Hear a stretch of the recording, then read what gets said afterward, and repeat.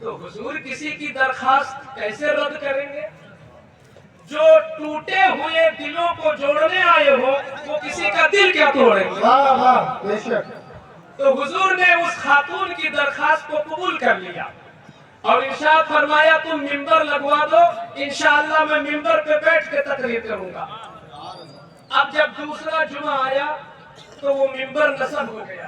اب یہاں میں بتانا چاہتا ہوں کہ کتابوں میں لکھا ہے اس حدیث کی تفسیر میں کہ حضور صلی اللہ علیہ وسلم ہفتے میں ایک دن خطبہ دیتے تھے جمعہ کے روز، اور جب جمعہ کے دن خطبہ دیتے اس لکڑی کو پکڑ لیتے تو اللہ جانے اس لکڑی کو کیا مزہ آ جاتا آپ کی انگلیوں سے کہ ایک ہفتے تک مست رہتی۔ سبحان اللہ سبحان آج اللہ بھی اچھی کوالٹی کی بیٹری بہت دیر تک چارج رہتی ہے، تو ایسے حضور کی انگلیوں سے وہ بیٹری جیسے چارجر سے بیٹری چارج ہوتی ہے، دستے رسول سے وہ سوکھی لکڑی کا کلیجہ چارج ہو جاتا تھا۔ اب وہ محبت رسول میں مست ہو جاتی تھی۔ جب جمعہ دوسرا آتا، نشہ اترتا عشق رسول کا، تو حضور پھر پکڑ لیتے ایک ہفتے کے لیے، پھر کام ہو جاتا۔ یہ معمول چل رہا تھا، اسی درمیان وہ ممبر رکھ دیا گیا۔ اب حضور جب آئے تو بغل میں وہ لکڑی کھڑی تھی، آنے کے بعد اٹھاتے تھے، مگر آج چونکہ ممبر ہے تو اس لیے لکڑی کو نہیں پکڑا اور ممبر پر ڈائریکٹ آ کے بیٹھ گئے۔ توجہ سے سنیے گا، ممبر پہ آ کے بیٹھ گئے۔ یہ حضور کی عظمت دیکھو، عظمت مصطفیٰ کانفرنس۔ آ کے ممبر پر بیٹھ گئے، کچھ لمحہ گزرے، لکڑی نے انتظار کیا کہ شاید میرے آقا آج اپنا وصال نہیں عطا فرمائیں گے، آج شاید میں جدائی ہی میں رہوں گی۔ تو کچھ منٹ گزرے کہ وہ لکڑی چیخ چیخ کر رونا شروع کر دی۔ یہ کسی افسانے کی بات نہیں سنا رہا ہوں، کوئی کہانی نہیں سنا رہا ہوں، یہ ابو داؤد شریف کی حدیث پاک سنا رہا ہوں۔ وہ لکڑی چیخ چیخ کر چلا چلا کر رونے لگی، اور اس کا رونا صرف مصطفیٰ ہی نہیں سنا بلکہ مصطفیٰ کی صحبت میں بیٹھے ہوئے سارے نمازیوں نے سنا۔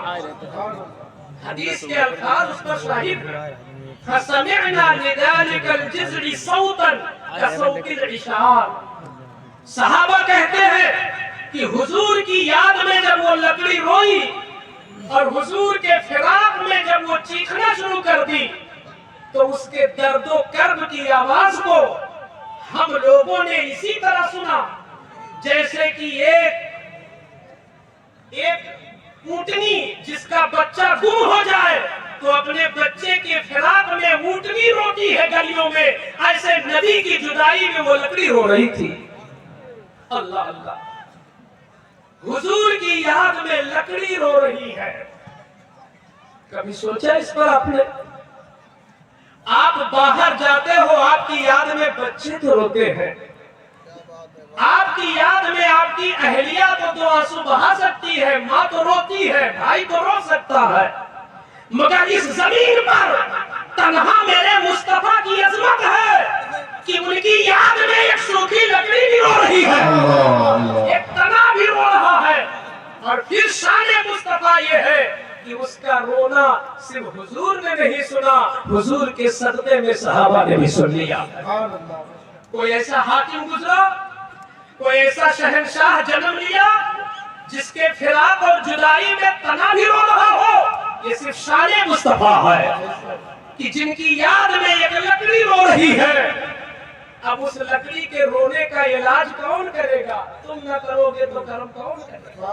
حضور نے کرم فرمایا، ارے جو گردوں کو اٹھائے مصطفیٰ، جو گالیاں دینے والوں کے لیے ہدایت کی دعا کرے، وہ رونے والے کو محروم کیسے کر سکتا؟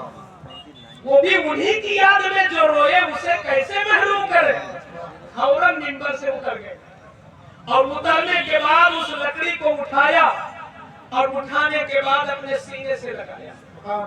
یہ حدیث کے الفاظ میں پڑھتا ہوں، فجاء النبی صلی اللہ علیہ وسلم ووضع يده عليها فسكنت۔ حضور آ گئے منبر سے نیچے اور اس لکڑی پر اپنا دستے کرم رکھا تو رونا بند ہو گیا. سبحان اللہ. یہ معجزہ ہے حضور کا, یہ عظمت ہے میرے آقا کی سبحان اللہ. کہ ابھی وہ یادیں نبی میں رو رہی تھی, ہاتھ لگے تو سکون مل گیا اور رونا بند ہو گیا. مگر میرے آقا ایسے حکیم تھے اور ایسے دانشمند تھے اور فہم و فراست اور بصیرت کی اس اعلیٰ منزل پہ فائز تھے کہ وہب بن منبہ کہتے ہیں کہ میں نے 71 کتابوں میں پڑھا کہ اگر حضور کی عقل پاک کو نکالا جائے اور دنیا کے تمام لوگوں کی عقلوں کو نکال کر ایک طرف رکھا جائے تو قیامت تک جتنے دانشور پیدا ہو سکتے ہیں اور پیدا ہو چکے ہیں سب کی عقلیں ایک طرف ہو اور حضور کی عقل پاک ایک طرف ہو تو تنہا حضور کی عقل سب کی عقلوں پہ بھاری ہو جائے گی. وہ بصیرت ہے میرے آقا. اللہ سبحان میرے اللہ. آقا ختم کر دیا جائے, ایلوپیتھ نہیں ہومیوپیتھ والا علاج کر دو, کیونکہ ابھی پھر ہٹاؤں گا پھر رونے لگے گی. تو اب دیکھو آگے کمال دیکھو, عظمت مصطفیٰ دیکھو آگے کیا ہوا. اللہ اللہ, ہر لفظ میں عظمت مصطفیٰ کے ایک ایک سمندر معجزہ نظر آتے ہیں.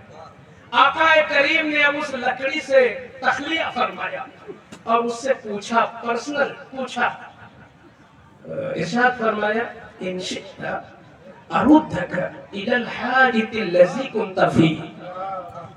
اے لکڑی تو میرے نام پہ کاٹی گئی تھی اور تو میرے لیے لاٹھی بنائی گئی تھی.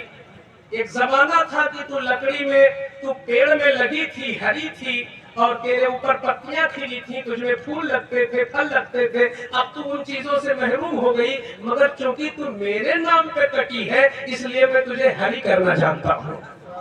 اگر تو چاہے تو میں اسی درخت میں پھر جوڑ دوں, اسی درخت میں جوڑ دوں اور اس طرح جوڑ دوں تو کہ اس کا ایک حصہ بن جائے اور تیری کھال پھر ہری ہو جائے گی, تیرے اندر سے پتیاں پھر نکلیں گی, پھول کھلیں گے, پھل نکلیں گے. میں پوچھنا چاہتا ہوں, یہ حدیث ہے, آج زمانہ اتنا ترقی کر گیا ہے کہ آپ قنوج میں بیٹھ کر امریکہ سے بات کر رہے ہو, آپ پلین میں اڑ رہے ہو, آپ ٹیلی ویژن اور موبائل کی اسکرین پر پوری دنیا کا نظارہ کر رہے ہو. یہ بہت بڑی ترقی ہے, لیکن کیا ایسا کوئی آلہ ہے, کوئی ایسا ہے آلہ اور کوئی مشین کہ جو ایک سوکھی لکڑی کو دوبارہ درخت میں اس طرح جوڑ دیا جائے کہ پھر ہری ہو جائے؟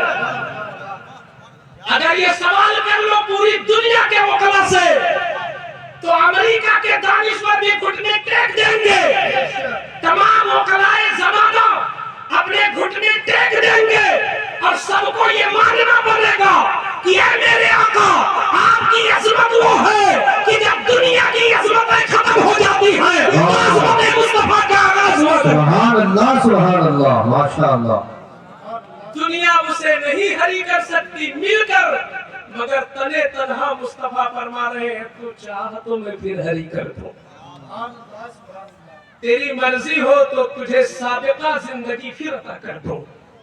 لیکن لکڑی بھی بڑی فرزانہ تھی اور کیوں نہ ہو صحبت رسول میسر ہو گئی تھی. اس نے سوچا کہ سمندر کے پاس آ گئی ہوں تو قطروں پر اتفاقی کروں, کیونکہ اگر پھر لگ جاؤں گی تو پھر تو کبھی کاٹی جاؤں گی. اور اب کی تو اچھا تھا کہ حضور کے نام پہ کٹی ہوں, نہ جانے کس نام پہ مجھے کاٹ دیا جائے, جلا دیا جائے. تو اس لیے آج دائمی زندگی نہ مانگ لوں, کیوں عارضی زندگی مانگوں؟ تو لکڑی خاموش رہی. حضور سمجھ گئے کہ یہ اس سے بڑا انعام چاہتی ہے. تو آقا نے ارشاد فرمایا ان شئت اغرسک فی الجنہ,